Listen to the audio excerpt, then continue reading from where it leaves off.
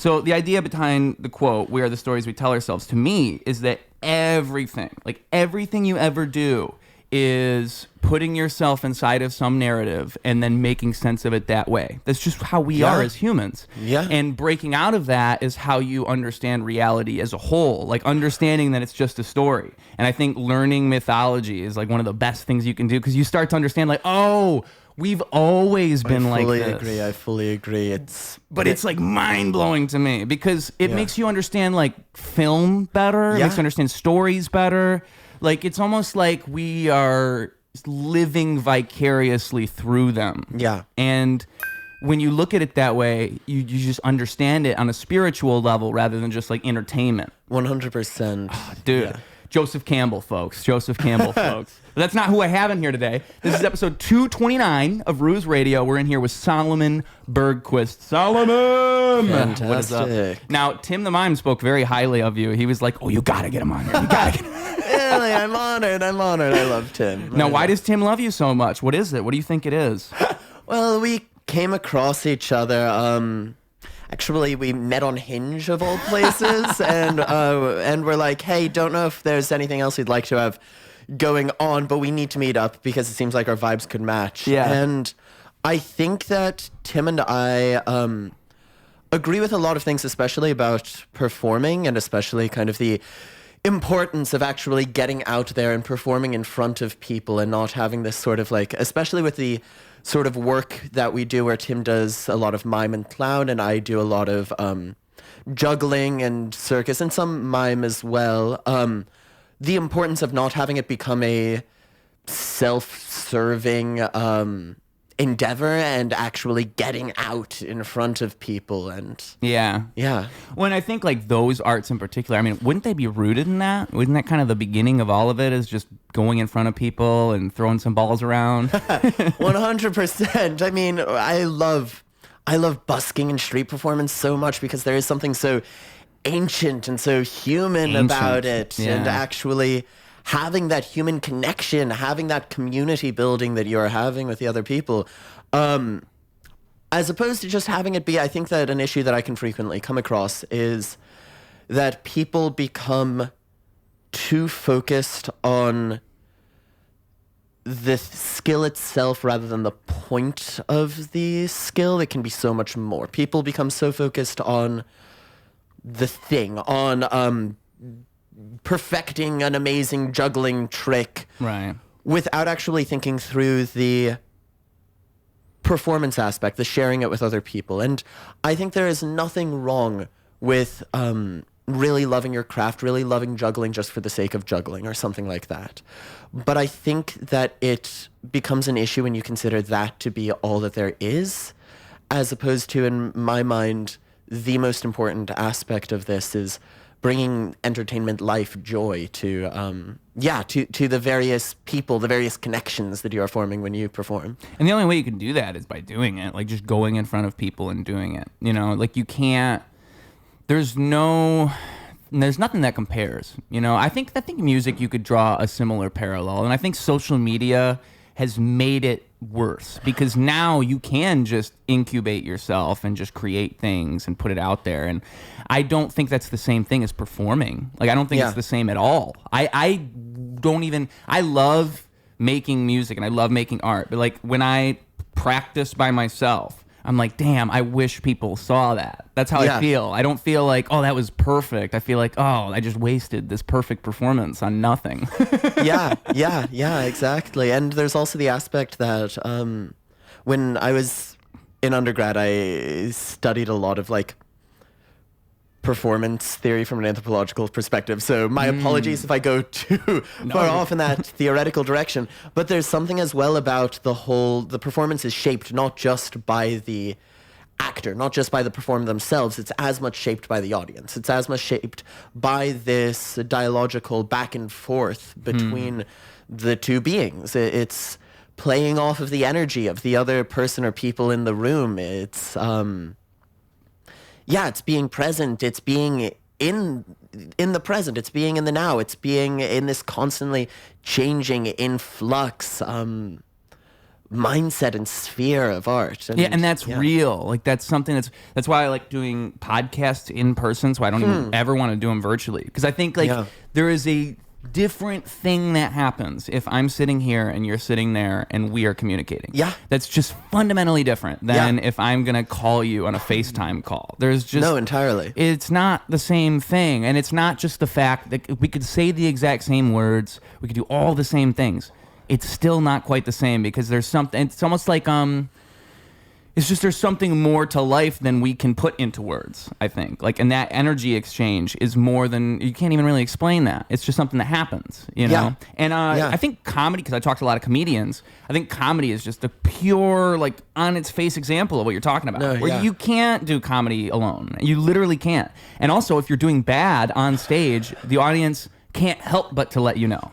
Like they just aren't laughing. And it's that energy exchange isn't happening, and so now you know as the performer, and you have to course correct somehow, or else you fail. So much more incredible about it. Yeah. And I think comedy, what I've always respected about comedians is that they're forced into that, like in such a, they just dive in head first. They have no choice. Oh yeah, no, you have to be there. You music, live I can or ignore die. it. I can ignore. You I can live pretend. Or die. Yeah. You can be like, they liked it. Comedy, it's like, no, they did not. They did not like it. They will make it vocal. They will make it vocal. Like the worst that I have to deal with when I'm like out on the streets performing is people ignoring me and walking by, and that is its own sort of a heartache. But I don't need to deal with like active booing and heckling. Yeah, that hurts. On that sort of And nobody does but comedians. That's why I'm not tough skinned enough. I can't do it. I respect them for it. You know, they would probably say the same thing to me about the things I do, and that's the beauty of life, right? We're all good at different things. But yeah, I feel like energy itself, right? It's like when I started doing interviews, I learned that that's a big factor in what I do, is that I just must have some type of thing within me that I know how to put out the right energy to get someone to be willing to share. Like that, and that's a thing that cannot be taught, really. You just kind of have to figure it out. Yeah. And it's an energy thing. It's not like, that's why it can't be taught. It's not like I could tell you all the things you have to do, because you could still fuck it up. You just have to go and just feel it out and feel the person out. And if you have the right head on your shoulders, you could pull it off. I think it's like, I think it's just charisma. A lot of it's probably charisma, but it's important, because I think people undervalue that. And like you said, they focus too much on the craft of things. They focus too much on like everything's got to be perfect, and I got to do this, this, and this, and they miss the fundamentals in the process. You know, because it's just we're all humans. We all know what it's like to be a human. So just start there, right? Yeah. Go back to Joseph Campbell. No, and I think that there's something so special about the kind of individual moments that are created from this kind of in-person and shared. Yeah, it's this both individual moment in this longer shared community that is then shared with the other person as well. And there's something so beautiful about that. I mean, I love looking at the differences between like oral storytelling versus written storytelling, and how that changes conceptions of how we see reality and how we see what is static and unmoving versus what is changeable and fluid. Right. In such a fascinating, fantastic way. Yeah, written storytelling, if you're reading it, it's so much more, I feel like it's more intimate. Whereas if it's oral, it's more guided, right? Like I can paint a picture with my words, but if I'm reading it, it's almost like, I can stop, I can go back, I can fester on this, I can think about this. It becomes like an interpersonal exercise. Yeah, and it also creates like very much just one person based in some ways. Yeah. And it very much also creates this static idea of what is fixed in stone. Like when something is written down on a page, that is the objectively correct version. That is you can have an original version. You can have one true form. You can have a truth. Right. As opposed to oral storytelling where you can tell the same story and all of the words can be different, but it can still be the same story. It can be longer, it can be shorter, but it can still be conceived of as the same story because it's reflective of not just the story itself, but the entire storytelling process, the entire kind of history of it, but then also the in-the-moment relationship between the storyteller and the audience, this back and forth. It's got this so much more fluid idea of reality, which I really love. And again, that energy, right? Because if you're telling a story, you might play into certain aspects to get a rise out of people. And yeah, it's like campfire stories are a good one. Yeah, no, exactly. Yeah, everybody knows a good campfire story. Yeah, it's suited for the moment. Light under your face. You've got to have the light under your face. It's not a true campfire story without the light.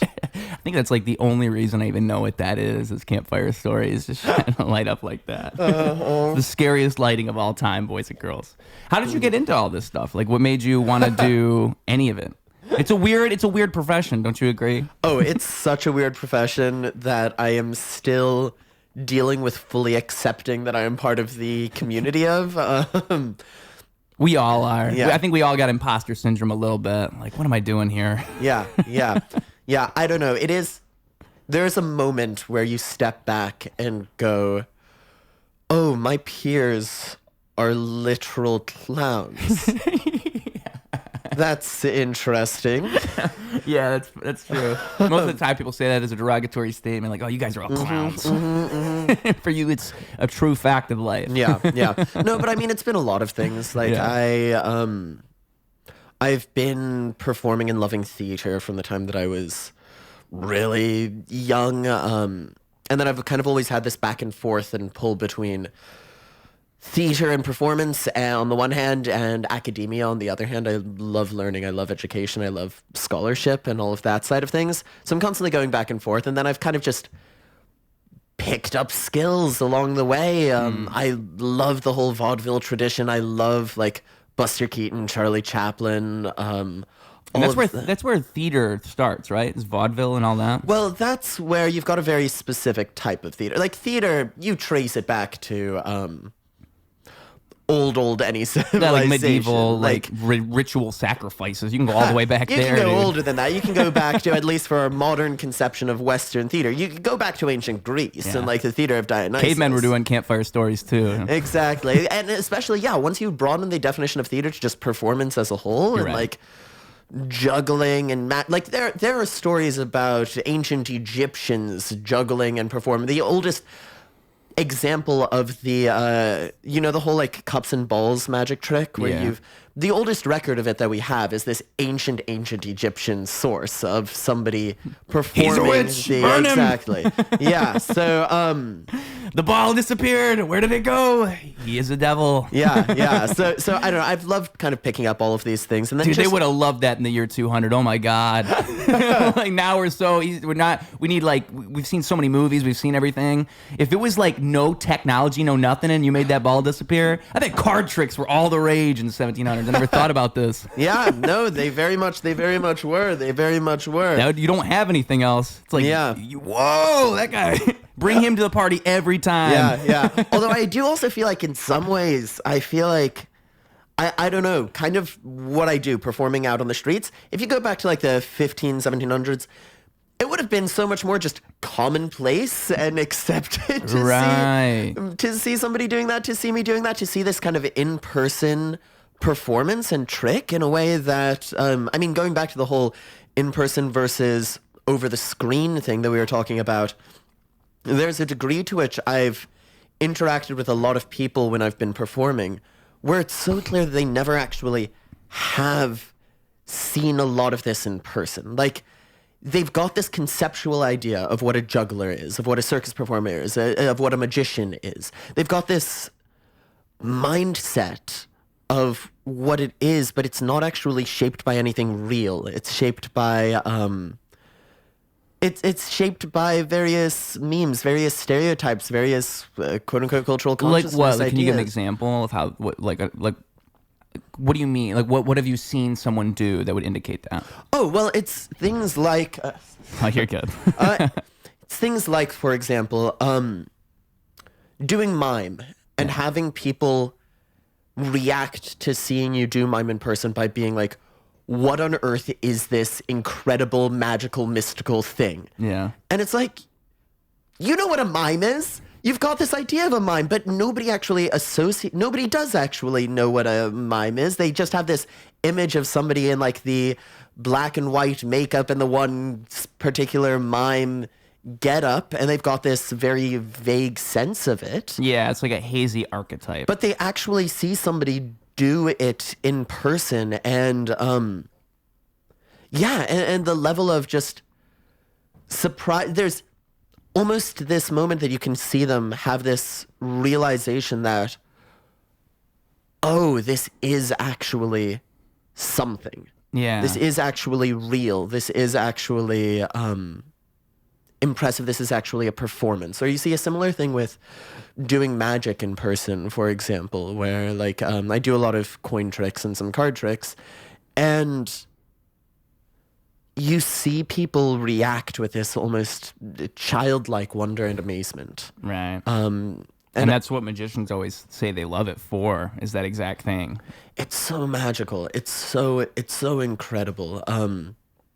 I mean, have you ever seen David Blaine talk about that? It's just so Yes. he just lights up. He's like, oh my God, it's just like everybody's a kid again. You wouldn't believe it, And he's because it is. It's like you ignite that childlike wonder. You just bring it right back out. Yeah. And anybody, it could be the most hardened criminal dude, and you just show him a magic trick, and he just lights up. It's amazing. And I mean, David Blaine, he was teardrop tattoo falls right off his face. Exactly. I mean, he was like the guy that repopularized like street magic and street. Yeah, you're right. Yeah, he sure did. He made it cool again. Magician. He made it cool. He made it cool. Because it was always there, but he made it cool again. Exactly. He made it cool by playing it cool. It's exactly how he did it. He just pretended what he was doing was not the most amazing thing ever. Yeah. No, but I don't know. It's so special having all of these moments with audiences. Like after I finish a show, having people come up to like shake my hand and have them say like, that was the best show that I've ever seen, or the most impressive juggling that I've ever seen. And I know that neither of those things can possibly be true. Like, I am in my mind going, I know for a fact that I have seen so much more impressive juggling than what I just did. But it's all about this. But the fact that it's in person, the fact that it's in the present, the fact that it's an actual relationship being formed between the performer and the audience, between you and me, rather than this very kind of divorced, I'm seeing this on YouTube or I'm seeing this on Instagram, this very kind of divorced perspective. Yeah. Something about that makes any performance so much more special and so much more impressive and so much more incredible. Yeah. Visceral. Like just visceral. Seeing it. Like being a part. You feel like you're almost involved just by being there. Like even though you're just sitting in the audience, like, you feel like you are a part of the you are thing. involved. And you are a part of it. When you go, they hear you. They don't hear you through the screen. I think that it's something that's lost on people, and I think that it's coming back around. I think 2020 like did a number on everybody, and now I think it's kind of forced everybody to look at live events and be like, oh, we actually missed that. We want more of that, because I think like society was already heading farther and farther away from it, and then it just got rid of them outright for like a whole year. And now I think people are starting to really crave like live interaction and in-person interaction more than they ever have before. And like you're seeing a rebound effect. And I just hope, and it, with AI and all this, the question becomes, well, what AI is going to take everybody's jobs? What are we going to do? You could never take live performance away. Exactly. You just can't. You can't take that interaction away because you're not going to have that interaction with a different species. Like even if AI becomes a species, it's not going to be the human interaction that you're having with a performance. Yeah. There's something that happens, again, beyond words that you can't even really explain. Yeah. It's just the fact that we're together that creates that. And you can't recreate it through a screen. You can't recreate it through something simulating something. It has to be that. It has to be real. And I think it's just that there's a human recognition in it. I think like when you see it in person, like a performance like that, like something like physical, you can recognize more intimately how human the act is, I suppose. Like, they're just as real as me because they're right there. We're able to separate ourselves from things if you're looking at it from afar. You're window shopping, but you're right there in front of it. It's like, well, it's right there. And then I think that it's dude, I just love, to me, that's what life's all about. Like when I see a great performance, when I see somebody really put themselves into something. Because to me, it's indicative of what life is about. It's about putting yourself in those moments and trying your best and being passionate about things and caring about things. Like, that's what living is. No, exactly. And I think when I see a performer do that, that's and I could never feel that through a screen. It has to be there in person. There's something just so innately human about in-person performance. Yeah. I mean, what you were saying about AI, I think that very much my hope is that this rise in AI and AI content will really spark so much more of of people valuing in-person performance of any sort, but people valuing that in-person experience. It becomes a currency in a world like that. It becomes its own thing. Yeah. It's like an escape from this digital hell. No, yeah, exactly. Because, what you were saying, like, as long as it's on a screen, sure, AI can replicate it, or will eventually reach the point of being able to replicate it. You mean in physical world? In terms of like something that you might watch on a screen. Mm-hmm. But like an in-person performance, that's something that AI can't ever actually do. That's something that AI can't ever actually replicate or imitate in any way. There's something special, there's something uniquely human about the way in which we experience in-person performance and interactions, and that's one of the areas that I feel like is truly safe from AI. Is safe. I mean, safe's a good word. Because one thing that occurs to me is I remember seeing Elon Musk talk about Neuralink, and I don't see anybody else express this, which blows my mind. So he was saying that he thinks it'd be better if we could communicate through our minds. Like, I have an idea and I want to send you an idea, because that way it's going to be more efficient. So say I have this really good idea, I want to send it over to you,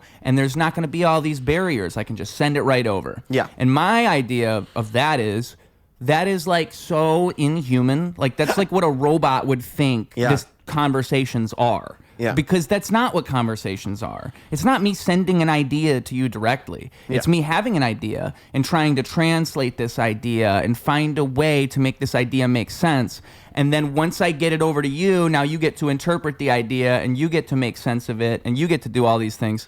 But it's not, all that is lost if we are saying that ideas are as simple as this binary 10111 and I send it right. That's not how it works. No, exactly. And you can't. And I think if that's how we're thinking about AI, then we're never ever going to replicate performance or communication, because it's messy and it's naturally messy. It's supposed to be messy. That's why art is art, because it's not saying anything. It's saying what you think it's saying. Yeah. And that's beautiful. It can say whatever you want it to say. If it was telling me exactly what it's saying, it wouldn't be art anymore. Yeah. But it triggers me so much, because I haven't heard anybody say that about like Elon Musk with Neuralink. Never did anybody say that's not what ideas are.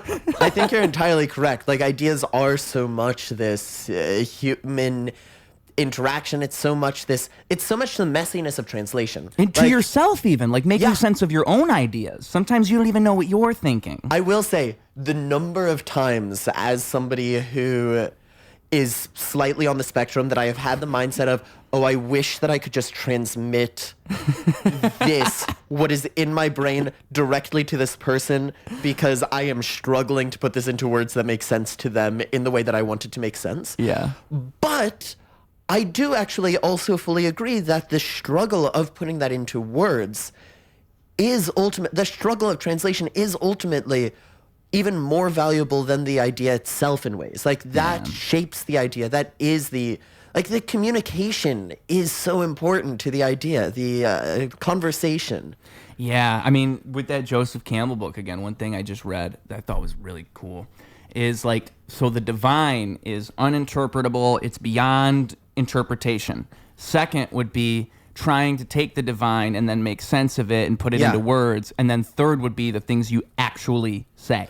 Yeah. So it's like, I feel like it goes through two filters before it even comes out of your mouth, you know? Like, there's this godlike, divine, perfect idea, and then you have to go through this process before it just comes out of your stupid human mouth, you know? Like, because as a human, you just can never escape the limitations of humanity. And that's good! good. Yeah. That's a good thing. Like, why Yeah. do we want to not be human anymore? I don't even get it. Oh, exactly. Exactly. I'd rather be a human. I like it. I actually like being a human. I don't think there's any improvement necessary. I keep on having this issue whenever I see the conversation about like We could AI jump. We could jump 10 times higher. and doing all that is it's like even on the simple level of people being like, yeah, I can use this because it makes it so easy to like write this essay or very quickly find the answer to this. And it's like, okay, but why don't you want to have that skill? Yeah. Like, why don't you want to be more intelligent? Don't you want to be more human? Don't you want to Yeah. be more like actually able to discover things for yourself? Like that's something that just, and I mean, this is coming from somebody who 100% is in some ways a hypocrite on this, because I do understand the allure of AI. I do understand. Oh, yeah. I caving use it into often. using it. Like Yeah. it is something that is very easy to fall into the trap of. However,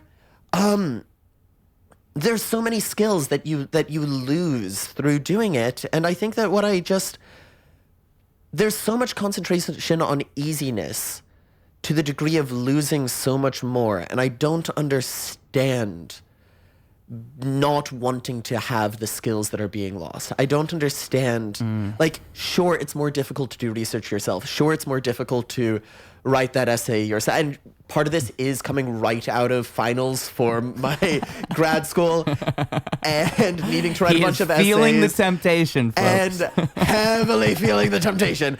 This is an argument that I had with myself over the past week so many times of just like seeing ChatGPT right there, so easy to pull up, and being like, no, I've got to power through this, because at the end of the day, it is more valuable for, like, if I'm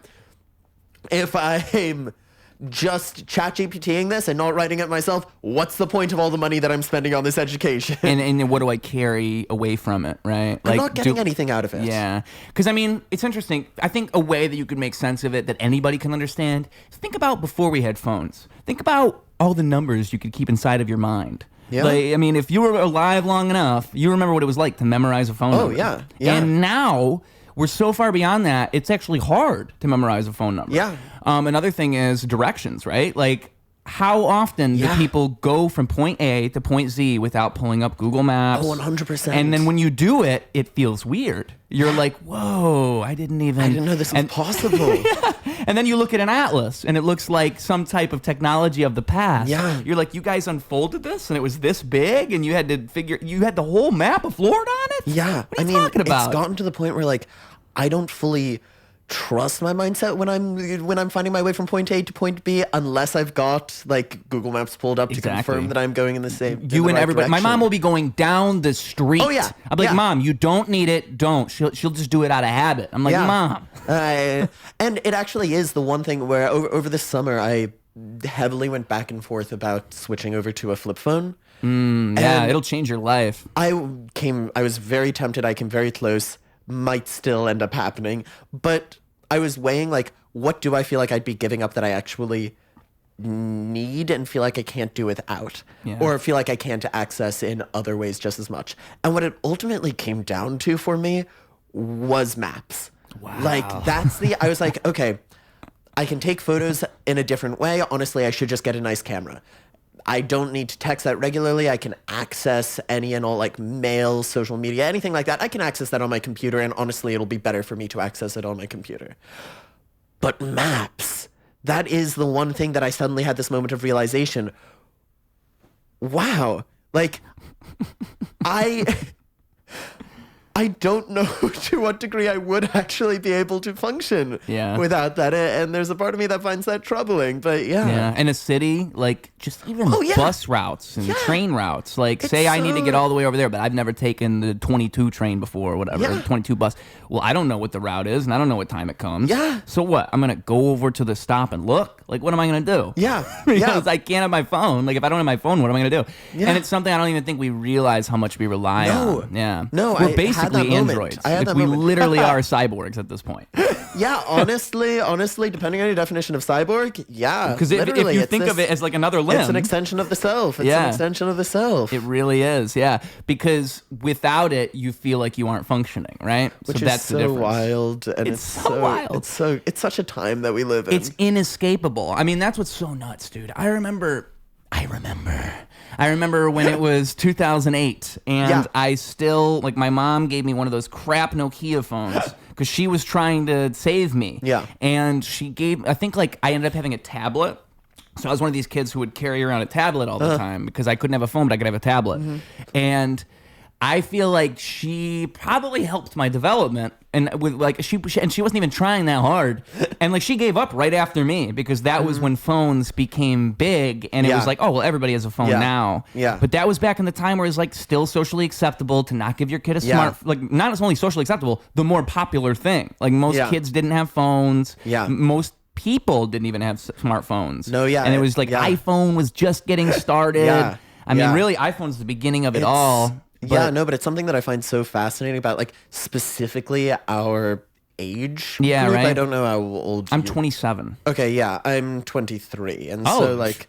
Wow, good for you. The beard adds a lot of years, let me tell you. Thank you. No, I shaved this off, and I immediately de-aged, like, 5 years. It's really funny. As soon as you said that, I was like, oh, yeah, it's the beard. Yeah, I just knew. Yeah, no, but I find it really interesting about, like, from, like, the age range of 95 to 2004 or something like that, where even different from my younger siblings, like I've got a lot of memories from before it all went over to like phone culture. Like I remember in like first or second grade when somebody in my class started talking about like iPhones for the first time, and it was actually being talked about for the first time. And I mean, you're slightly older, so I'm sure you've got even more memories, but it's such a difference between what the approach was, how people approached things, the entire culture, as opposed to, and how I grew up as a result of that, as opposed to like my younger brother who's 6 years younger than I am. And I mean, he wasn't that exposed to phones and technology. I came from a family that was very like anti-phones in a lot of way, but like that's probably good. Yeah, but like my by the time that my younger brother was starting to grow up, my parents had an iPhone, and we've got so many videos of him as like a 1-year-old, a 2-year-old, just like taking videos of himself on the phone and like playing around on the phone, and to a degree that just I never was, because that just wasn't a thing. It wasn't possible to be. And that's strange. I can't even imagine like selfies of me when I was 2. Yeah. Whoa. It's interesting. That is weird. And I mean, absolutely adorable if you rewatch them, but it's just, there's a certain way in which it causes this reflection of self, this reflection of self-development that I think changes, that I think is different. Yeah, I mean, I just think that it's like, for one, humans are designed in a way where we want to make things better and innovate and just get to the better thing. I think that's why you end up having Elon Musk who says we should communicate through our minds, because you constantly never feel like we've innovated enough and we need to improve. I get that. But like, also, with that being said, it's very easy through that process of innovation to stray from your own humanity, right? Yeah. Because like naturally you do that. I mean, yeah, it's more convenient to be able to have all these things, but isn't it? And as a human, you want to lean towards convenience. It's like the natural inclination, and of course everybody's going to do that. But then you end up sitting on a subway train and looking around, and no one looks at each other anymore, and you can't even blame them. And it's not like, and I do the same thing. So I'm not saying I'm separate from this, but that's why I say it's inescapable, right? Because we're just in this world now. Like we've just slowly, and I think it's hard to pinpoint it, because it happened gradually. It's not like 2008 happened and everything changed. No, exactly. It's like slowly we allowed it. Yeah. 100%. And I mean, tying it all back around to street performance, it's exactly what I only really started busking to the degree that I do now about a year ago or so. like I had done some busking previously, but it's really been about a year. And it's been, I think, my favorite decision that I've made in my entire life, because it does cause, like, you have these moments of interaction with people that are in person, that are in real life, and you can watch them just have this moment of, like, noticing and becoming aware of another person. Yeah. Becoming aware of where they are in the present. And you even have these moments of, like, people slowly, like, looking up from their phone and paying attention. And there's something just so magical or so beautiful about that. Or especially with young children, because so many young children, you can tell that they've never had this sort of experience before of interacting with somebody in this way. And they weren't even conditioned to have those experiences. Yeah. Wow. They've just never been in a place where they've been able to. Yeah, it's almost like you're reminding them that it's possible. You're not just reminding them. With children, you're teaching them. Right. Like you are showing them that it is possible to be present and to be with another human being in the present. Yeah, To and not like I have said it- about performance earlier, like that's why I love it. Is that what you just described right there? Is that exact thing, that recognition of humanity in the performance, right? It's like because I feel like when I'm performing, there's a release that happens within me. And I think that an audience feels that same release as they watch it, and they didn't even know that was possible. 100%. Yeah, they're like, whoa, like, what am I feeling? I don't even know what these emotions are. You can see the magic arise behind their eyes. And there's nothing more gratifying than then stepping out into that audience and having like one person go like, bro, oh my God, that was the craziest thing I've ever, like, it just feels so good. It's so incredible. It's the best drug in the world. It is genuine. I mean, it's genuinely a drug. Like, you get addicted to that feeling, but it is the best feeling in the world. Like watching somebody and being like, wow, I can tell that I caused a real reaction in you. Yeah. That this is a real reaction that you are having. I had this one guy a couple of weeks ago who I was playing fiddle music and he wandered by and then he doubled around and came back specifically to talk to me and he to was a tell snake, me by the how- way. He was a snake. Exactly. He was charmed by...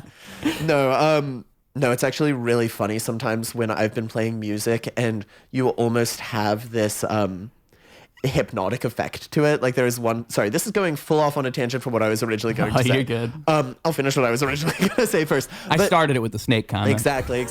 No, but this one guy, he doubled back around to tell me just how, like, it felt like it was opening a portal to another, more magical reality. Whoa, that's a cool way to... And wow. Just how much of a incredible positive experience, just like seeing this in-person performance, just even briefly was. And then he tipped me $50, which I was like, great, fantastic. I need more of this. Yeah. No, but... Because that's the other fantastic thing about, and nothing feels better than like performing in person for a period of time and then looking at what you've made from that. Yeah. I mean, do you make like a decent amount off of busking here in Chicago, would you say? Yeah, so currently, because I'm mainly full-time a student, I haven't been able to pursue busking full-time. It's more of a like once a week sort of thing. Okay. And when I'm going once a week, I can typically make about like 100 to 200 for 3 hours of performance. Oh, that's not bad at all. Yeah, so it's definitely not bad. It's definitely slowly diminished over as it's gotten colder and colder, and people have been less inclined to stop. How long have you done it for? A few months? Busking. So I've only been busking in Chicago since mid-September. Mid-September. And as we record this, it's December. And as we record this, it's mid-December. So it's been about 2 months that 3 months. 3 months that I've been here.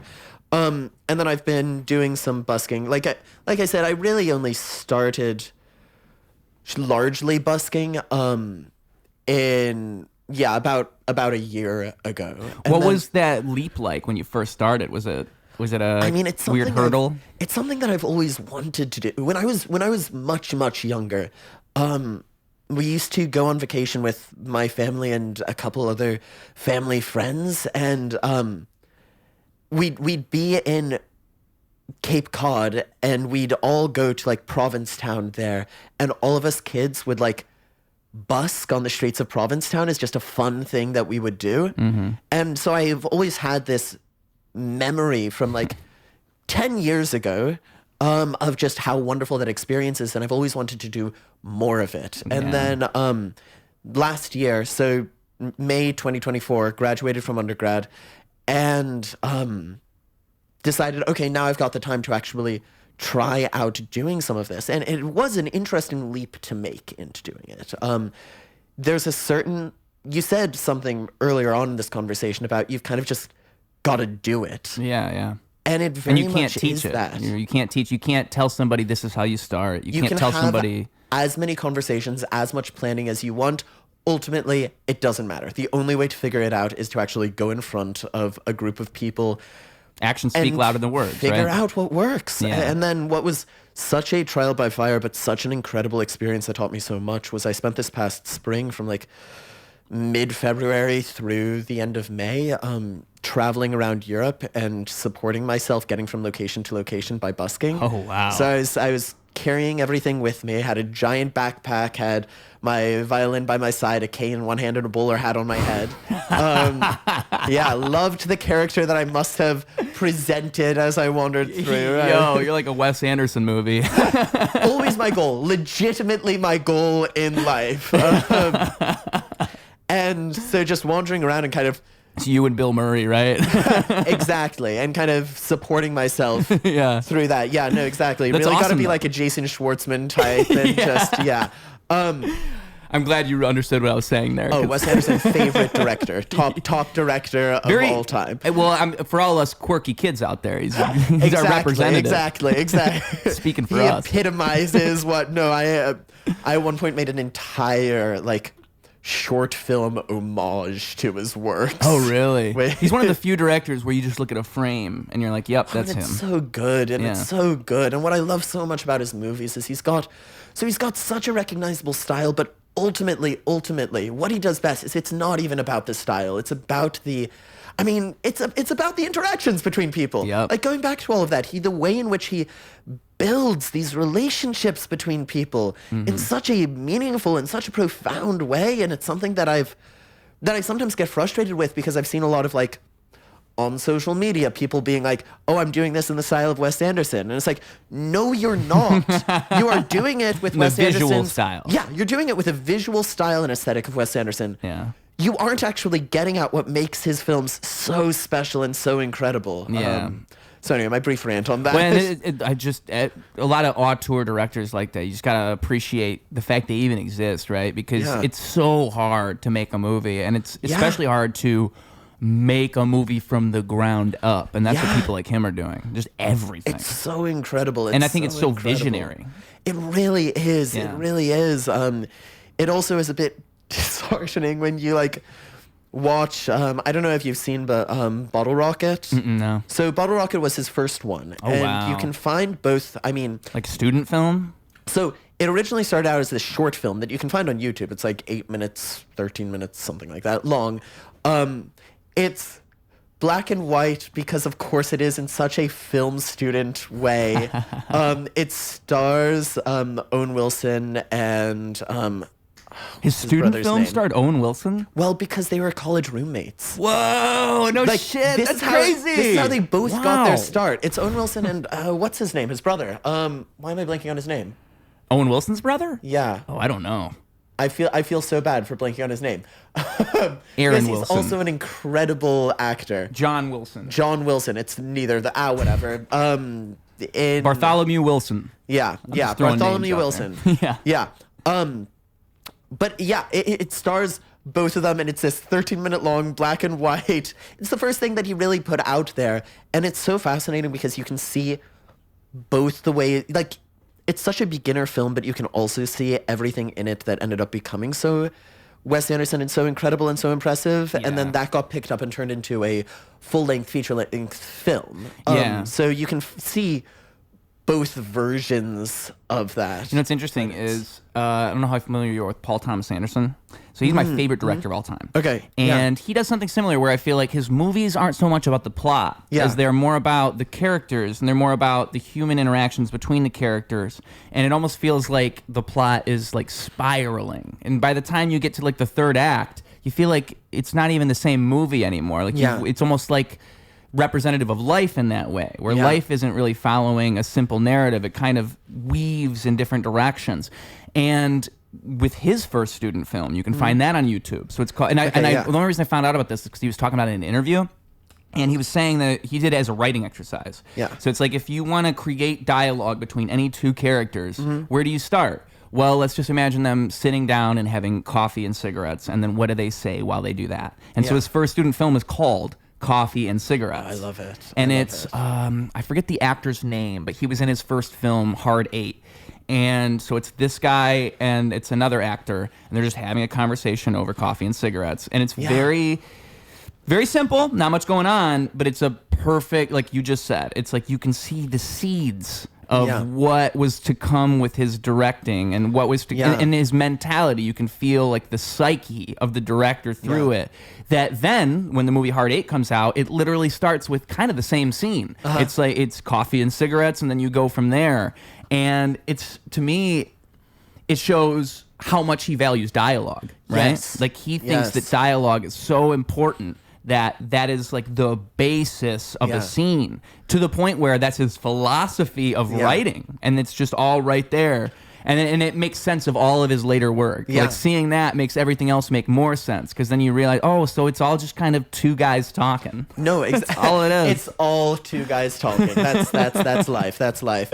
No, no, my dad's a playwright, and something that he's always kind of emphasized in every conversation that I've had with him is the importance of, ultimately, it's the characters and the relationships between the characters more than the plot. The plot is secondary. The plot can be important, but like a good movie, a good play, honestly, a good story in general, but especially when it comes to visual stories, it's all about the relationships. It's all about the characters. I think a lot of bad storytelling, if you take that idea and flip it, you can see what happened. Because a lot of bad storytelling is you start with the conclusion, or you start with, we need to get here. Yeah. And then you take all these characters and like force them into positions. It can be the most fascinating story, and yet still kind of just like you can be like, on a conceptual level, this story is interesting, but for some reason it's not grabbing me. For some reason I'm not invested. For some reason it feels forced in some way, or it feels, it doesn't actually feel as deep as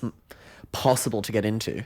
Yeah, and I think it's just because you're trying to make things happen that don't follow the rules of the story you create, or don't follow the rules of the characters you created. Like if I have this guy who's like totally, he's, a good example would be a show like Breaking Bad. I always bring this up. That's I hate to bring it up every time, but the way that they wrote that show is they did a bunch of, they've said on record, they didn't know where they were going with it. And they always made choices based on what they thought the characters would do realistically. Because the thing is, if you don't do that, it doesn't make sense. And the thing is, it also makes it so you can follow a character like Walter White, and he just turns evil. But because you've identified with all of his decisions so far, and you understand his character, and those flaws were always present, those same flaws that manifest later become ever present and more glaring, you have this problem as a viewer where you're like, he's the main character, and he was always like this, I guess, but... So it's not like they randomly decided now he's evil. It's like you kind of slowly make him make the decisions. It makes sense. It feels natural. Yeah, and that's how you do something. You can't take a character and change them just because. You have to create a bunch of scenarios where that character's flaws that you've already established become the problem. Like, his pride is playing into this decision, and even though he has his reasons for making that decision, ultimately it's because his pride. And that's the moral of the story.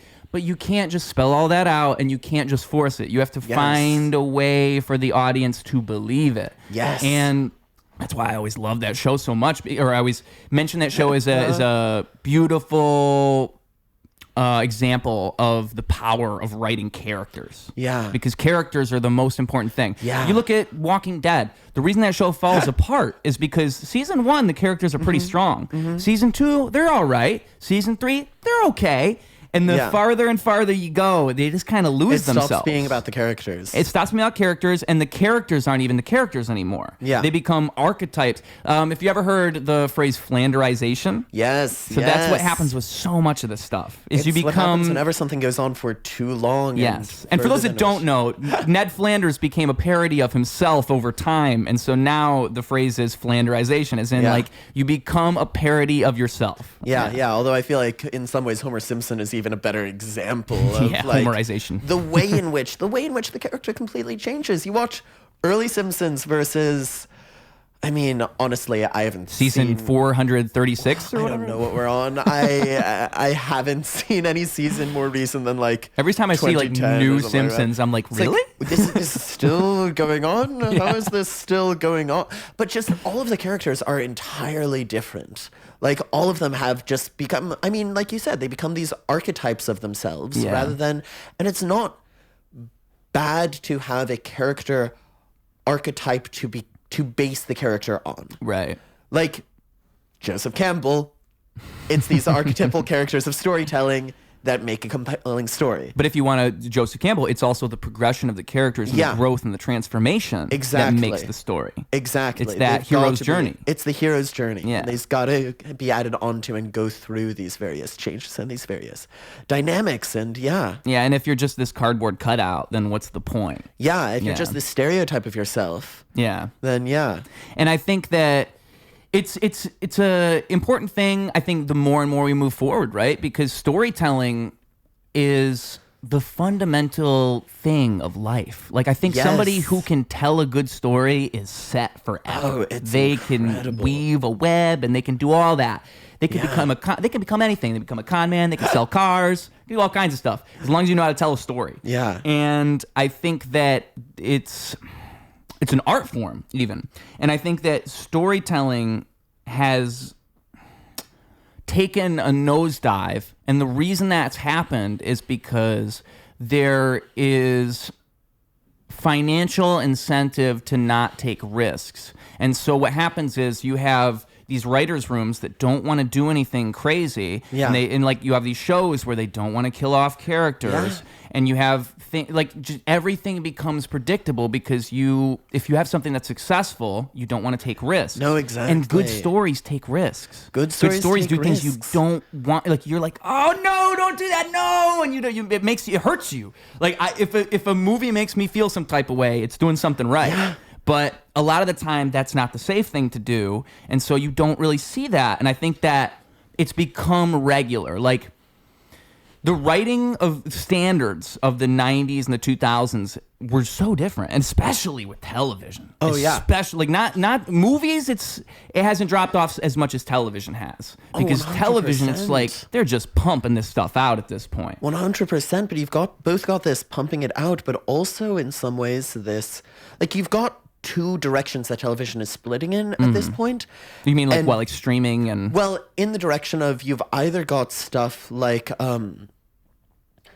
where they're just constantly just pumping out more and more episodes nonstop without any kind of idea or end in sight, or you've got something like Stranger Things where each of them takes years to make, and honestly you're making movies at this point. Like you're not actually I saw this one fascinating video essay recently about kind of the filmification of TV and the televisionification of movies. How in some ways they're both moving towards each other to become kind of the same thing of you are losing something about the advantages of TV in this. What Marvel's spending like 20 million per episode on the show. It's insane.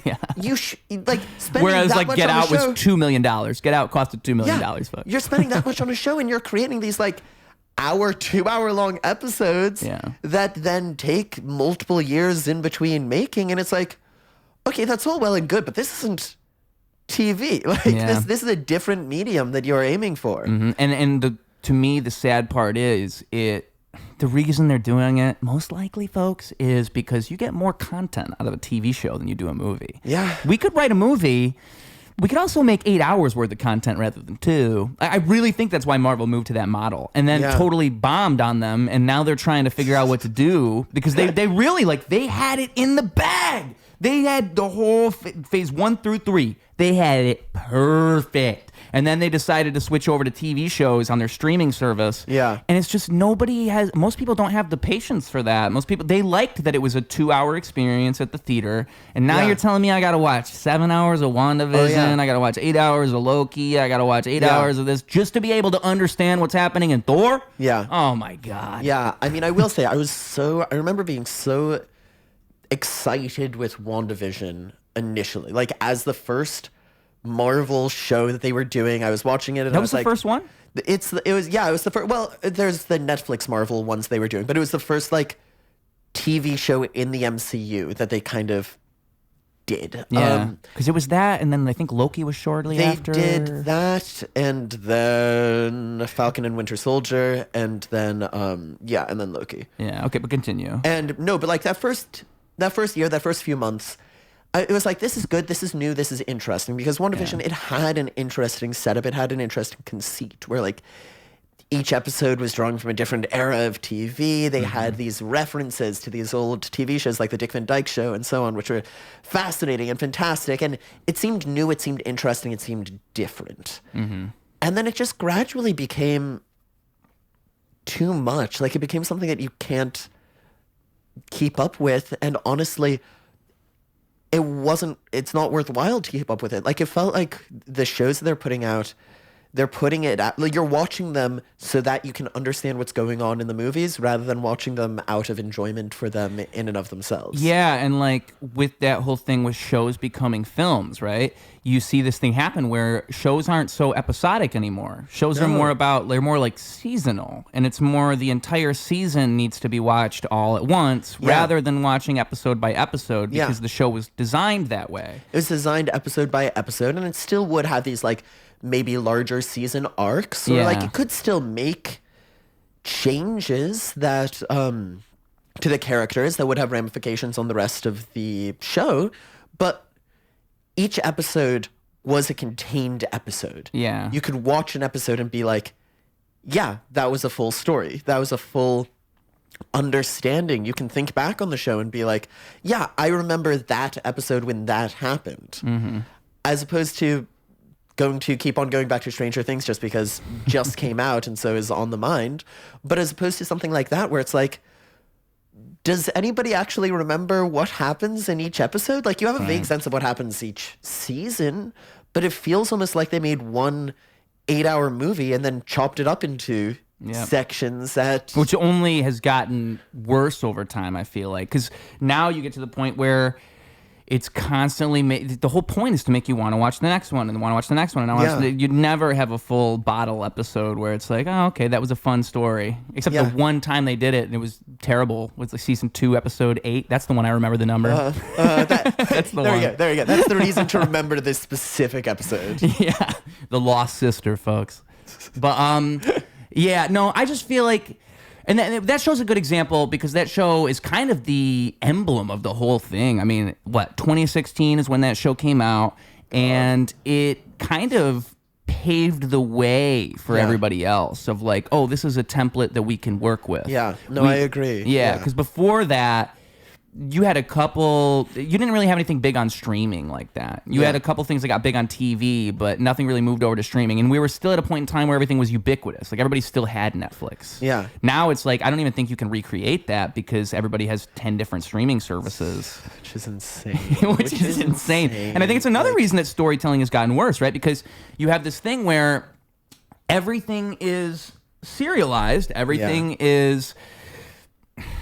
You end up having to take things that aren't as big and grand and risky because, or if you do have something big and grand and risky, you have to take a smaller budget because you have to accept it. You're not going to get this big Hollywood movie. You're going to get, you're going to get Tubi. And that's what you're going to get.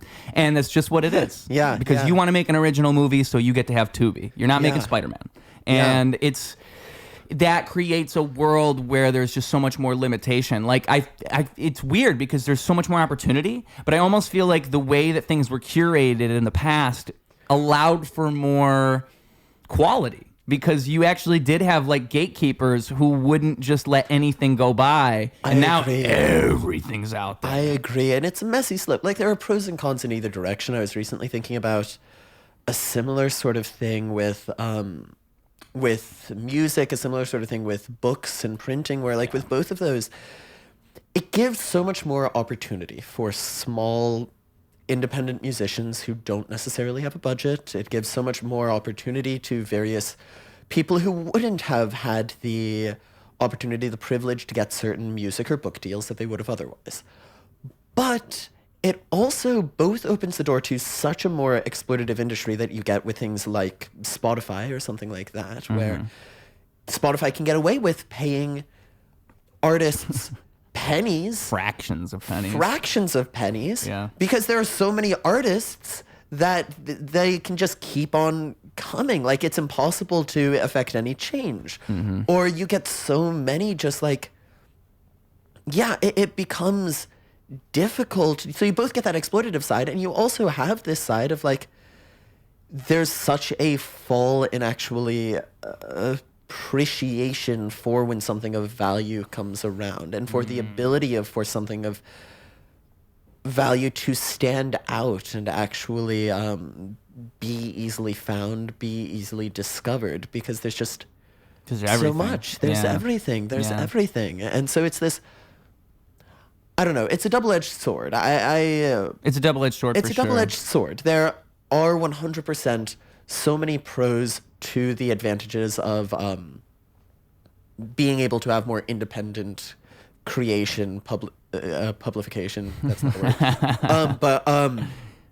Yeah, there are also so many issues with. Oh, and also, sorry, just going on a mini rant here, but I mean, that's what the show is. If you haven't noticed, I guess that's true. The other issue that you get is people pretend that it's so much easier for anybody to make it now. Yeah. And it's like, no, that's actually not true. Like, it's good. Well, it's almost harder, right? It's almost harder because you do have to do everything yourself at this point. Like, if you are not marketing yourself on social media, even if what you're doing is so separate from social media, like if you're a writer who's trying to get a book deal, publishers will actively look at whether you've got a presence on social media. And then you have to be a cyborg. And then you have to be a robot. And then you have to be a cyborg. You have to be You don't get robot. a choice. Yep. As opposed to... Unless you have money and you can pay somebody to be a cyborg for you, but most of us don't. So. And so it all ends up being modified, and it all ends up being created by this algorithm. And it gets lost in translation, right? It gets lost in translation because of that algorithm. Because exactly. Say I want to communicate my art, and I have a beautiful, heartfelt song that I love, that I know is just so good.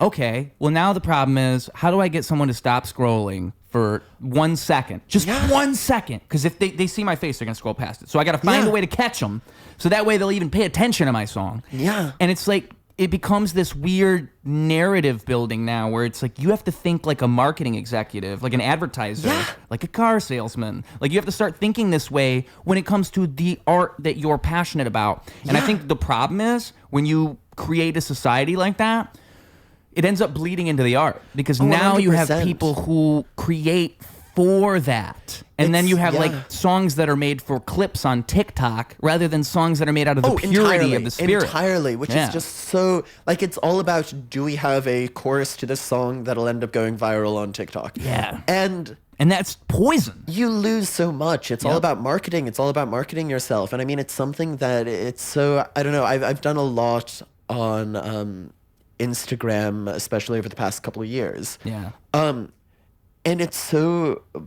poisonous in some ways. It's such a struggle in so many ways, because it's like, I like performing. I like performing for people. Right. But I find myself obsessing over details. Like, is this getting enough views? Is this getting enough likes? Is and this then getting you enough undervalue shares? yourself. To such a degree, and it's so unhealthy, and you undervalue yourself. Like, it's so You're like, oh, I must quickly not be good becomes- enough because I'm not getting enough likes. so. Entirely.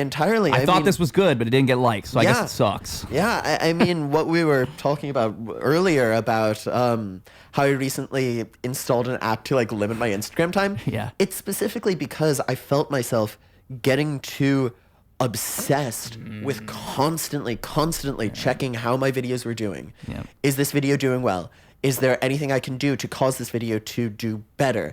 And then being disappointed inevitably. Yeah. Like even when either being disappointed or being overwhelmed because like either it's never doing well enough or the few times that it is like doing so well that I can't tell myself that it's not doing well enough, typically that means there's such a deluge of responses, such a deluge of comments and so on that I then, and maybe this is just me, but that I then feel like I need to get through and read every single one of those and be aware of every single one of those, that it becomes overwhelming. It becomes a constant presence on the mind to such a, And it's so far removed from the actual creation process. so far removed from the actual creation process. Creation is an intimate thing. It's a beautiful thing. It just happens. Yeah, you know? it turns the creation into work. Yeah. Yes. It turns it into work. And I always find myself like just trying to turn it off, you know, like just ignoring it and just trying to turn it off and not thinking about it. The problem is when I have to participate in it, when I have to throw that caption on the video and try to make it work. And the other thing is, I know the truth. The truth is that, like, I think it's all kind of a crapshoot. I think 100%. Sorry, go on. But like yes. it's not even real. Yeah. Like you're telling me that I did something wrong. Like if I look at the numbers, so say I post a clip and it's me rapping and it gets 300 views and 30 likes. Okay, so why don't you show that to 3,000 people and it gets 300 likes? Oh, yeah. Because you decided not to. Yeah. And then like you'll have people say like, "Oh, your content's just not good enough. You just have to make it better." I don't believe you. I really makes think no it's sense. gambling. It makes no sense. I've had a Like, don't get me wrong, there's bad content, but like if the ratio is good, then it's just not showing it to people. Yeah. That's all it's good. It's not happening. It makes no sense. I've had a few videos now that have gone viral to different degrees. Yeah, and there's no And rhyme or reason, there's right? no rhyme or reason to it. At all. Like, at all. It's so frustrating. So I guess I got to balance It's stuff on my so chin. I frustrating don't to me. understand. Yeah, I guess, do I need to balance stuff on my chin? And then I thought that I was figuring it out, that like, okay, if I balance a large heavy object on my chin and I have somebody else filming the video rather than me propping it up on a surface, and there's like other people in the background so that it feels like it's like me doing it in public and Like you can really yeah. feel that, then that'll do really well. And then the video of mine that has done the best so far was me doing like a mime thing in the evening in the middle of nowhere with a pizza box. And I was like, sorry, what? Like, I don't understand why Yep. why this is what was, and then you do similar things to that. Yeah. Like you do similar things to that and it's like, oh, this got like a fraction Yeah. of the engagement, a fraction. And it's so baffling every single one of times that one of my videos has done well at all. It's And that's why I always, think you ignore it, right? Because that's it's why like you've there's gotta ignore no it. point in thinking that's about why you've it. got to ignore it and Yeah. you've got to try to, move away from it. Because the and more you ignore think about it, yeah. the more you start to shape yourself around it. 100%. And the other thing I think too is like, if you were trying to have a rhyme or reason about it, it tends to be the case that if you wanted to make the most viral video, the video with the most potential, you end up just making something that fits a template. You end up yeah. starting to make things that are more like everything else. Yeah. And that's dangerous They for a all creative become the person. same thing. Yeah. Like you shouldn't want to make the same thing as everybody Yeah. else. I hate this idea of like participating in trends even. Like Yeah. I never ever want to film a video because I felt like I had to do the trend to get views. Maybe if I could come up with a creative way to participate, but never will I lip sync a song because everybody else is doing it. I mean, maybe this is something deep in me. Like I don't even like singing in a chorus because I don't like doing what everybody else is doing. I am a leader, not a follower. I refuse. But it's maddening to me because it's the opposite of creativity. Yeah. That's the opposite. And if you do that long enough, you condition people into thinking that's creativity.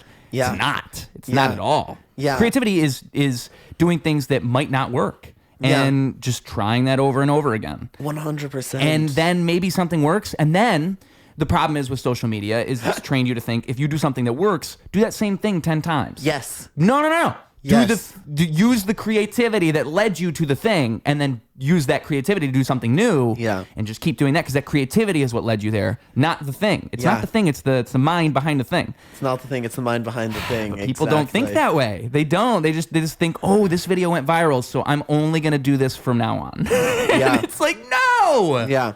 You just lost yourself. You just everything that was you is gone now. Now you are TikTok. Oh, exactly. And it's something that I've struggled so much with on social media. And I mean, because the thing is, we all want to be heard, right? That's the problem. Heard. We all have something. We all want to be seen. Yeah, and if you are somebody who is truly talented and expressive, you want people to. You don't want to be shouting into a void. You want people to react the same way that they do in person. When that same feeling you get when you're busking, you want to feel that. It's exactly the same. Yeah, it's and exactly it's frustrating when you can't get those results. It's preying on a false version of that. Like it's preying on this so distinctly and ingrained in us human urge to be heard, to be seen, to be felt, to be acknowledged in conversation, in interactions with other people. And it's creating a very easy way to almost get that. Almost. Like it's creating a very easy way to get a simulated, created form of that. It's creating a I can't speak. It's creating a synthesized version of it. And it's like if you were dying of It's- thirst and you were just getting little drips of water. They're just dropping little drips of water in your mouth. Or not even water, some sort of like synthesized version of like water. fake water. Liquid IV. Exactly. You're getting little drops of IV, or you're getting little drops of fake water, but because it's so much easier and it's so much more consistent than actually finding the real water. Yeah. You decide to, accessible. This is what I'll do. It's accessible. Yeah. It's accessible. And so it's what you'll do, but because at the same time you're never getting this fully nourishing experience. Yeah. It creates this addiction. It creates this you're hooked on it. You're constantly seeking out more because it's never enough. Yeah. And I think that's why that live stuff is so important, right? Because I think we all know. I think our spirits all know better. And then when you get that real thing, you're like, oh, I am real. It's all real. It feels so satisfying. It's so nourishing. Yeah, because you get deprived of that for long enough and you forget. You really just forget, Genuinely. You stay inside long enough, you forget what it's like to go outside. You can forget, and it's the easiest thing to do, to not put yourself in those positions where you're a little bit uncomfortable, a little bit out there, a little bit exposed, right? Yeah. Yeah, but it's true to life. Real energy and attention that you get from, and appreciation that you get from in person. Yeah. And from being in real life. My whole thing has always been, how do I convert that? Like, how do I find, because I know people want reality. I don't believe that the world has turned completely, but I do think people have been conditioned. Yes. I do think that. I entirely agree. So I think like your job as an entertainer becomes deconditioning people, like you cannot play to the lowest common denominator. You have to find a way to show people there is something better than that.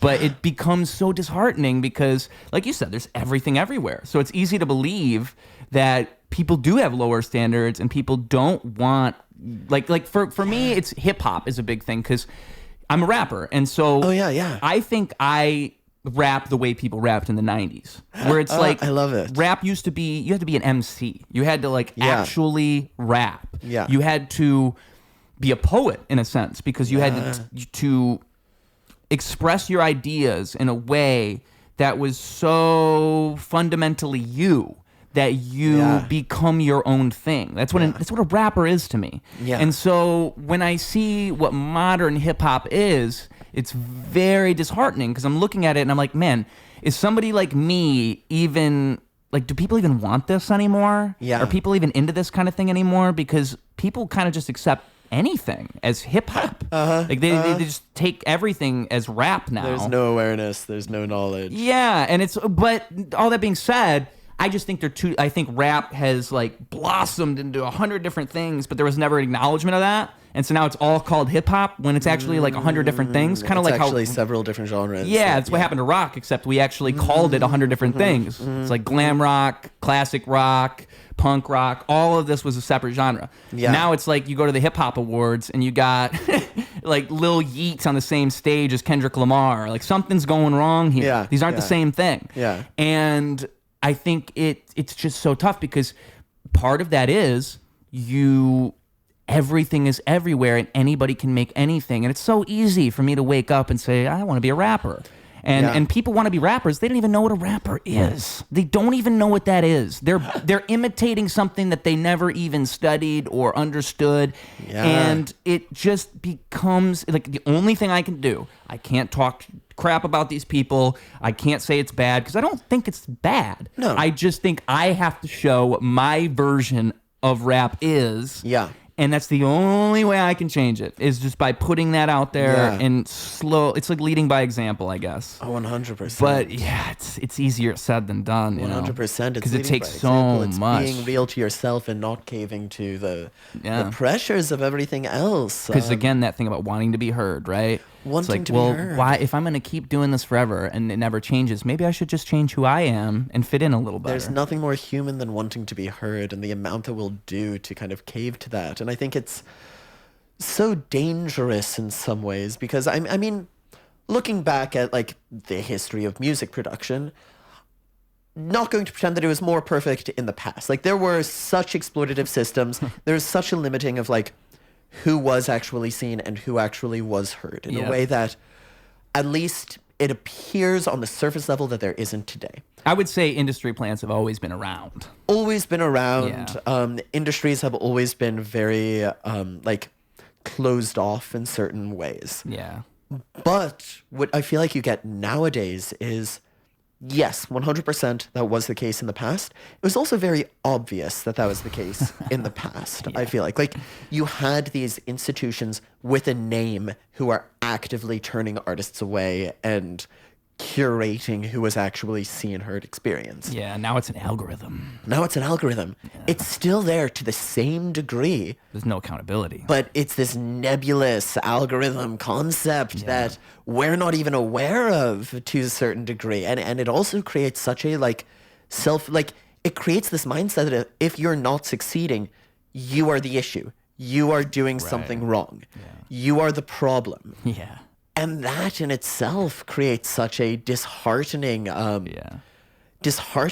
life. It causes you to want to, as you were saying, it causes you to want to change yourself to be like everything else because you're constantly being told that you are the reason that you are not succeeding. And what's so funny about that to me is you have to be delusional to succeed. You literally have to believe in yourself to a delusional degree. All these times that you get turned away and people don't give you the attention you think you deserve, you have to delude yourself into thinking they're wrong and you're right. Yeah. And just keep going.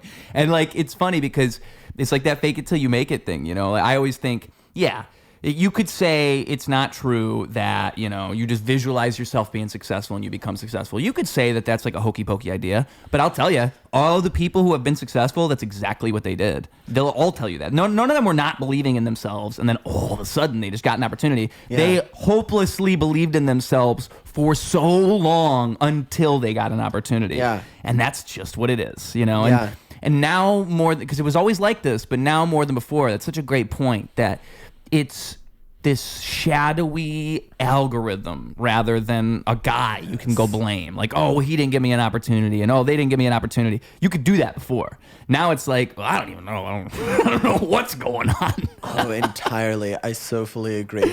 Also, shooting in the dark. Yeah. Also, I feel bad about interrupting the podcast, but I do need to head to the restroom. Oh, go for it. Go for it. Yeah. You were saying earlier, before we interrupted ourselves 20 times in a row, important. You were busking for a living. So what was that experience like, right? Because that must have been something, just traveling around, busking and all this. I mean, that must have changed your mentality a little bit, right? Oh, 100%. I mean, it's something that I've always wanted to do. I mean, it was so fascinating because I was constantly on the road, constantly moving around from place to place. So I was partially viewing it as this is my chance to like explore and travel around a bit. So I was in like, I don't know, 10 different countries over the course and countless cities over the course of this like 3-4 month period of time. So it's this constantly moving around, needing to readjust, needing to just find my way. But there's something so exhilarating about the knowledge that, okay, I've got everything that I need just on my back, carried with me. Yeah. I'm making everything that I need out on the streets. There's something simultaneously so challenging and frustrating, but also so exhilarating about just going out on the streets, performing and being like, okay, whatever I make today, that's my food. That's my food for today. Right. Like that governs what I am and am not able to do. I've got to actually make a certain amount in order to afford a place to stay, afford food, afford transportation to the next location. And I mean, it's possible. Like I'm very, very able to live very, very cheaply. Yeah. I'm good at that. And for the most part, I was only had to sleep on a park bench once. A cold, lonely night. A cold and lonely, that entire night sucked. It was from a missed bus that was supposed to leave at like 11 p.m. and then, yeah, that sucked. But only had to happen once. But it was really such... If you were in America, you could have made like 20 friends while you were homeless. And Exactly. You're probably the only guy there. Was it like, I don't know, was there yeah. less homeless people over there in Europe? Was it like It depended where you were. It depended where you were. There were definitely major differences and also just major cultural differences in how they were treated, how they were set up. Like, yeah. definitely ways in which better, also definitely ways in which worse than in the U.S. Pay to pee. It's a whole, yeah, exactly. I mean, it's a whole dynamic situation, and I mean, it's different. Like it 100% is different. It's whether an you're in like impossible problem Greece, to Italy, solve. France, England. I mean, it shouldn't be as impossible as people treat it, but for some reason, I mean, obviously, it is an impossible problem to solve 100% to such a perfect degree. Yeah. It's also treated as far more impossible than it should be. Like, Right. the entire idea of there being a housing crisis, when we've got so many houses that are sitting there unused, that's not a housing crisis, that's a distribution crisis. That's people failing at actually... I think two things are true at the same time, though, because like growing up in Flint, Michigan. Okay, yeah. I had seen, like you go over to Detroit and you can really see it, where they've tried things, like they've tried to give people housing, but a lot of the time, say I give somebody housing and they, they were given it because they were in need. Yeah. They'll let the house fall apart because they didn't earn the house. It's the same thing as like another problem you'll see is, let's say we have housing and we want to give housing to 20 homeless people and we can do it right now. And we get them all in the house, but we tell them you can't do drugs in here. You have to be home by this time. You have to do all these things. Immediately they're going to be like, oh, I'd rather be homeless because they don't want to follow your rules. And so you have problems like this arise. So there's two things that are exclusively true. Like both things are true. It's true that it's ridiculous because like we have so many resources and we're just acting like we can't do anything with them. Yeah. But it's also true that it's not as simple as just putting them somewhere because 100%. it becomes like a psychological exercise now. How do we assimilate these people back into a world where they will follow those rules? Because I think once you're so far removed from the rules, it doesn't really matter. I don't want to follow the rules anymore, especially if you're in like California or something. It's nice outside. I mean, shoot, dude, I'm better out here than I am in there. What are you talking about? I'll just take a shower out here in public. yeah. I mean, I think it becomes I think it's part of the reason why it's not a surface level solution, but it's about actually the structural solution that you're having, the community building, the having people actually be treated as community members rather than as individuals. Because as soon as you are individualizing somebody, as soon as you are pushing them outside and forcing them to be by themselves, it immediately creates issues. It immediately creates falling apart. Like nobody. So don't even let that happen in the first place. Nobody wants to be homeless in the idea of being not houseless, but homeless. Yeah. Nobody wants to be without a home. Right. But a home isn't as simple as a house. Right. And if all that you are providing is the house, a house is a very, very important part of it.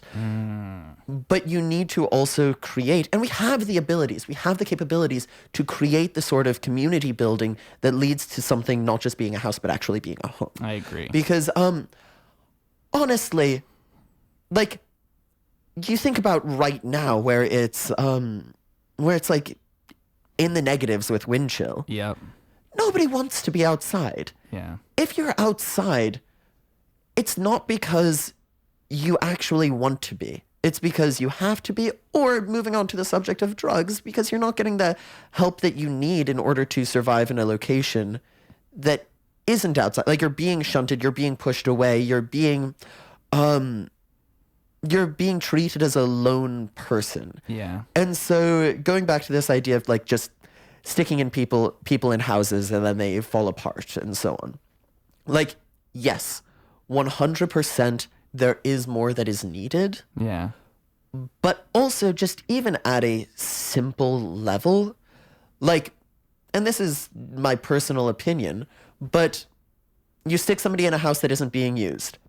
The house starts to fall apart as it's not being used. What is the difference now than there was before, other than, sure, the house is falling apart, but this person still has more regular structure? Like, still, it's like a beautification more regular thing. The argument would be you're like de-beautifying, and like no one's going to want to live in a neighborhood where all the houses are falling apart because nobody's taking care of their house. I think that would be like, we don't want our neighborhood to become this because you let all these people in these houses that don't even want to take care of it. It's like you don't want a neighbor that's got the grass 10 feet tall and all that. Maybe you do, but most people don't. I think that's the argument, right? That's fair, but I take issue with when beautification becomes prized over like humanity. Yeah, I agree. Yeah. Yeah. And it's just because I think it's like you got to. The problem is nobody wants to find middle ground. Like people just put their stake in the ground and they're like, no, this is where I'm at. Yeah. And it's not like you actually want to move towards anybody else. It's just either it's good or it's bad. It's a binary yes or no. Yeah. And I don't think life's that simple. Yeah. Ever. Yeah. Never once has life been that simple. But you can convince yourself that it is. Yeah. It's a fun thing to do. Yeah. It's easier if you think life is simple. Oh, entirely. Yeah. And I think so much of it is also based on this like focus on individualism over community. Like there's such a focus on all ends on the I am I separate from everybody else. Mm-hmm. Standing out what is important is focusing on myself, and what's important for everybody else is focusing on just themselves as well. Yeah. Nothing else. And what ultimately is the most important thing, and what I constantly feel like we are losing so much of, is the importance of community, is the importance of this communal relationship, is the, like, humans have thrived. Human civilization has been built not on individualism. Every stage of humanity has been built on people forming relationships and working together. Right. And supporting everybody all together. Yeah. That has built every single stage of humanity and every single flourish in civilization. It's through this communal exchange of ideas. It's through this communal well-being. No person is meant to survive entirely on themselves and by themselves. And I feel like in so many different spheres nowadays, you see this constant closing off, shutting everybody out, and both forcing yourself to only be an individual while also forcing everybody else to only be an individual. Mm-hmm.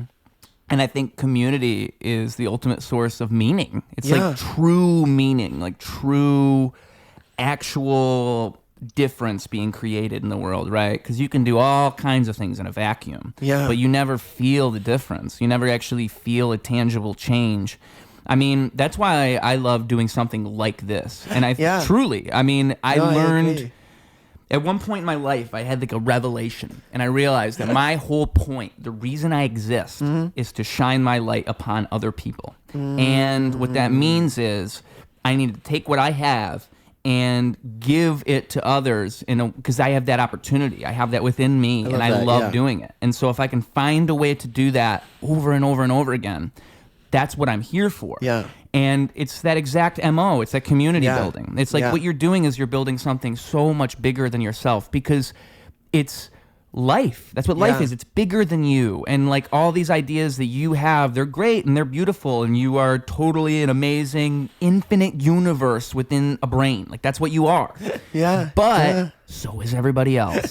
So is everybody else. And so you have to like, and it's recognizing that potential in others, that same exact potential you see in yourself, giving that to other people and giving them the benefit of the doubt, and giving them, the playing devil's advocate when you think they might be wrong, thinking, well, how did they get to that conclusion? Like, why Yeah. would they think that? Yeah. Things like this, where it's like, if you really want to build a community, you're going to have to interact with people you don't agree with. The And you're opening up gonna to conversation. yeah, and you're going to find through doing that.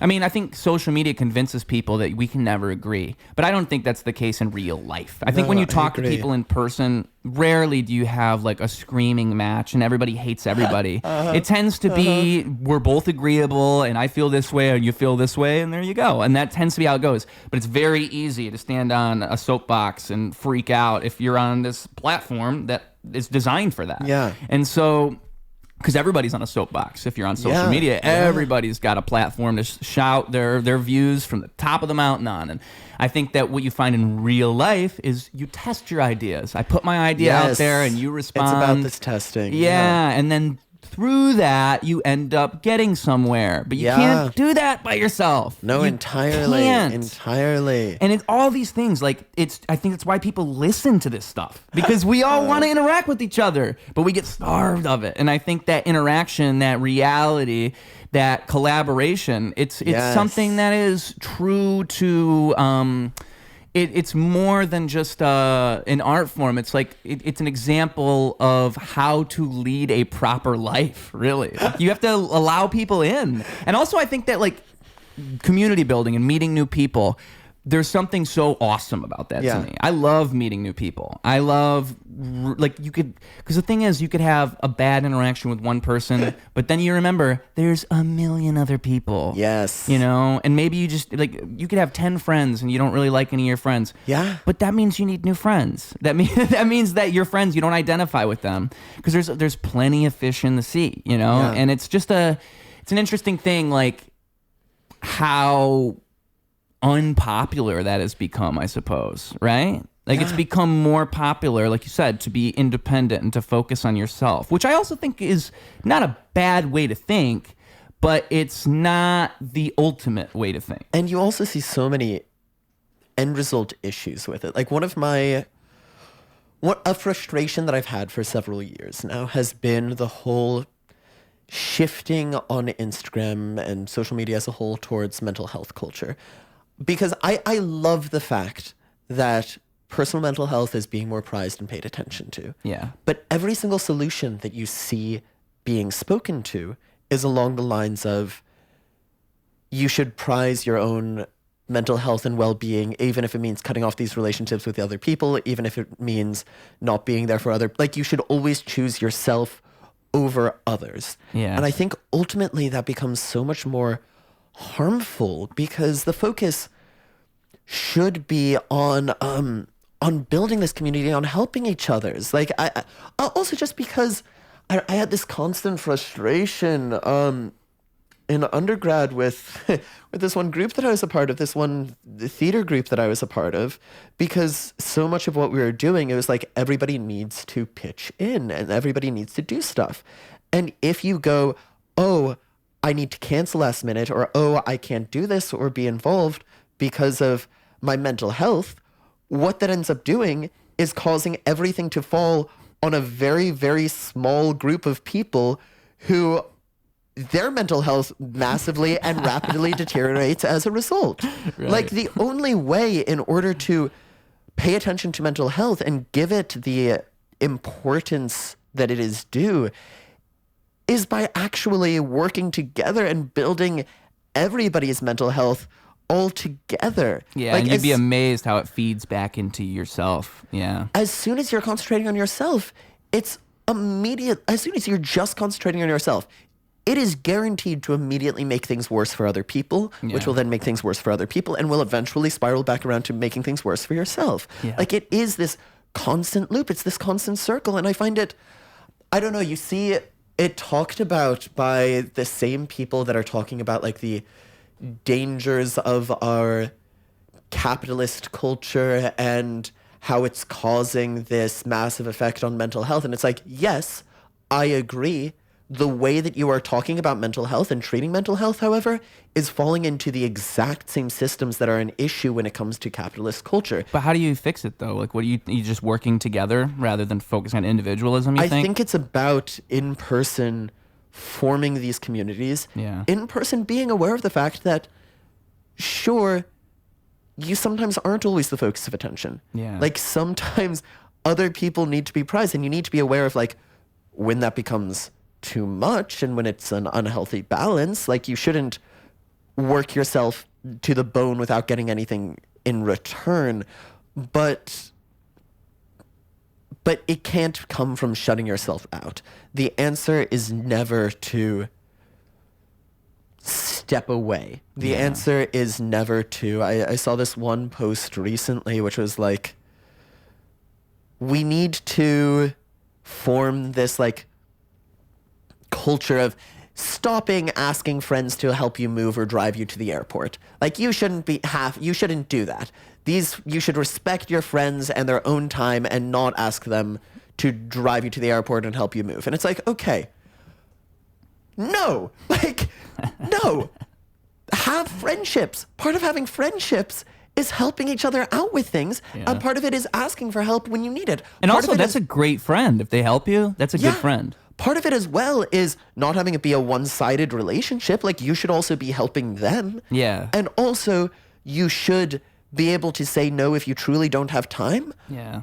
But I've got so many fantastic memories of helping friends move furniture. Yeah. Yeah. And, you know, I heard somebody say once, it was Michael Malice on Lex Friedman's podcast, and he was saying how one thing you can do for somebody is on their birthday, take them out on their birthday. And because nobody does that, you know, and you'd be amazed. Like the person's going to remember that for the rest of their life. Like, oh, this friend took me out on my birthday. Yeah. And it's like, if you create this world where we're told not to do stuff like that, then no one's going to want to do that. Everybody, especially if you say it's the wrong thing to do. Like, oh, no, just let them do their own thing. They don't want to be bothered by you. They probably have birthday plans. You make up all kinds of reasons. But, you know, I won't forget when I moved here. I remember my friend from Michigan, he drove with me all the way here and helped me move all my stuff. Yeah. And I remember thinking during that, wow, like he's a really good friend, because a lot of people would not have done that. A lot of people would have said, no, I'm busy this day, or I'm not driving all the way to Chicago. It's a 4-hour drive. I'm not doing that. Yeah. But he did it without question. Not only that, but like we got here at 11 and he wanted to drive home after. I'm like, what? That's you can insane. Sleep here if you want. He's like, no, I'm good. That shows like he did it just for me. That's incredible. He did it only. He didn't want to spend time in Chicago. Yeah. No, there's something so meaningful about that. And I mean, I feel like people look at relationships in which one person is constantly imposing their views and mindset upon the other person. Yeah. And they go, clearly this is an issue, and they're not wrong about that. But then they go, yes, and the issue is these people interacting with the issue is interaction with others. Yeah. It's like, no, that's not what the issue is. The issue, I mean, that's yet another example of like individualism to the detriment of community. Like you can, and the focus should always be on building this community, on building these communal relationships, on building this back and forth that like is so wonderful about something like this, where we can have a back and forth. And it builds something bigger than you even realize you're doing at the time. You know, like I like to think that like of art as this mountain, and every single time I make a piece of art, I'm adding to this mountain, and one day it's going to be a giant mountain. It's the same thing you're doing when you're building a community. It's like those little baby steps all end up forming this giant thing under your feet, you know. And it's interesting to me because I find that the more and more I lean into that, the more and more gratified I feel, and the more and more I feel like I'm actually accomplishing something. You know, like all that time I spent doing community building, I could have spent, you know, making my own art and doing my own thing, but I don't think I would have gotten the same results, because there's something that's so like if somebody comes in here and they tell me like, oh, I saw like so and so and so and so and so and so on your show, and it's a bunch of their friends. To me, that's the coolest thing ever, because that's like I found a way to make myself meaningful to them. Yeah. And that's awesome, because I could not have done that without the community aspect. Entirely. Like I found a way to insert myself into a community. Yes. And it's like you have to be crafty about it. You have to be creative, because I think part of it too is there's a natural urge when you're not part of a community to, it's like the thing when you're a kid and you see 5 other kids and it's like, oh, I don't want to join their group because they probably have their own thing going on and I don't want to. But that's how you trick yourself into never doing it. And then you never join a community. And the thing is, communities tend to welcome you with open arms. Yeah. They want you. They want more people.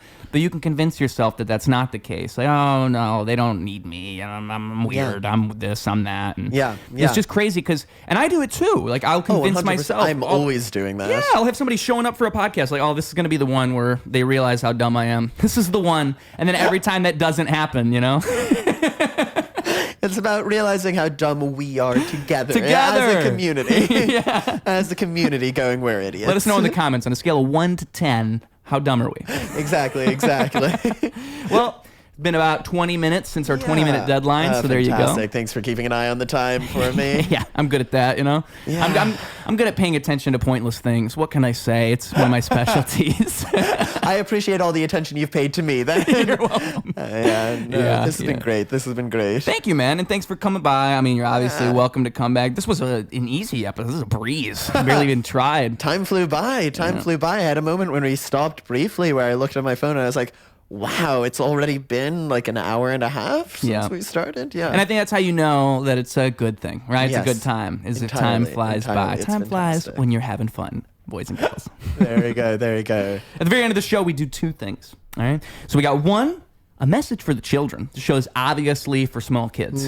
So if you're listening to this, kids, on the bus with your earphones in and you're about to get off the school bus and enter the world, you're going to give them a piece of advice, a piece of wisdom, a piece of knowledge that they can take into their world and use. And second, the social media is the place where they can find your face. Where do they type it in? What do they type in? The floor is yours.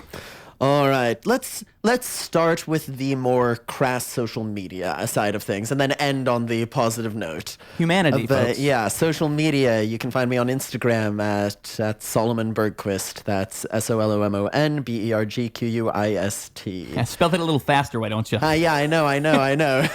You know, yeah, let me read it. SOLOMON BERGQUIST. Such a fun name. I have the moment honestly, the amount of times that I've thought about, maybe I should change what my social media is called because it's such a pain trying to get people to find it. You shouldn't. I think it's unique. Oh, I appreciate that. And then, addressing anybody and everybody who's watching this. I feel like a very large theme of this conversation as a whole has been the importance of community and interrelationships. And I think that especially when you're a kid, both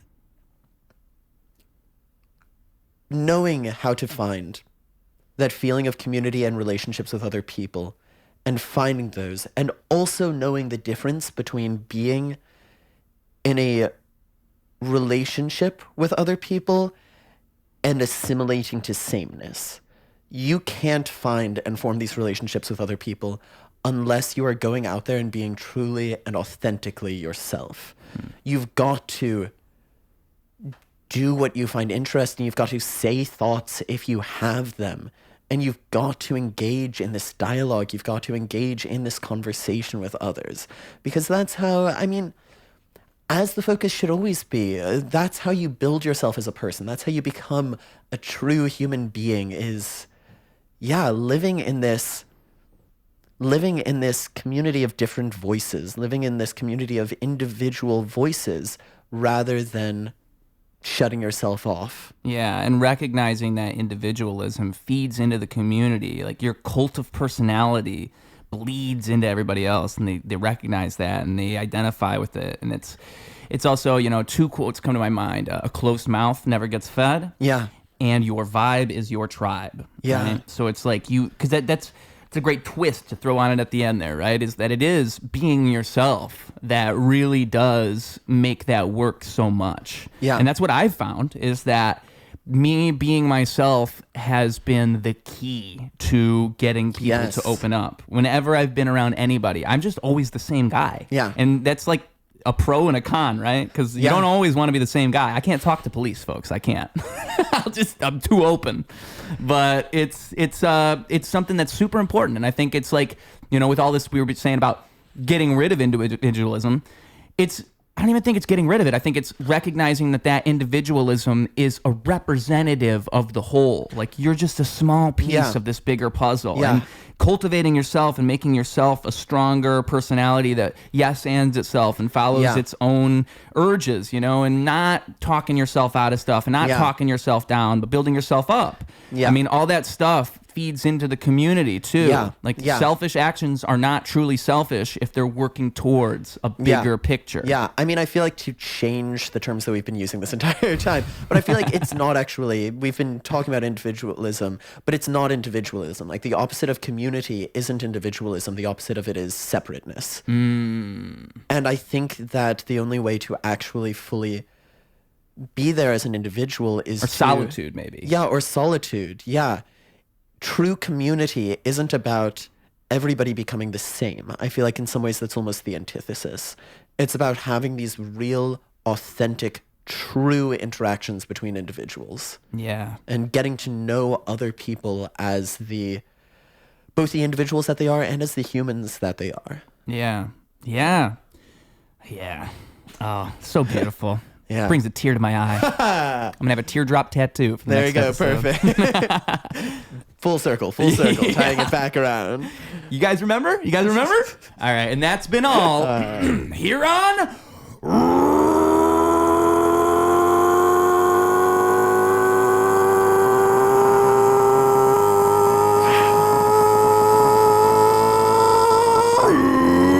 Ruse Radio. Clocking out. Double down, competition couldn't help him to rock. Missed the whole time, holy fell through the flock. That's an ordinary miracle, wealth to the block.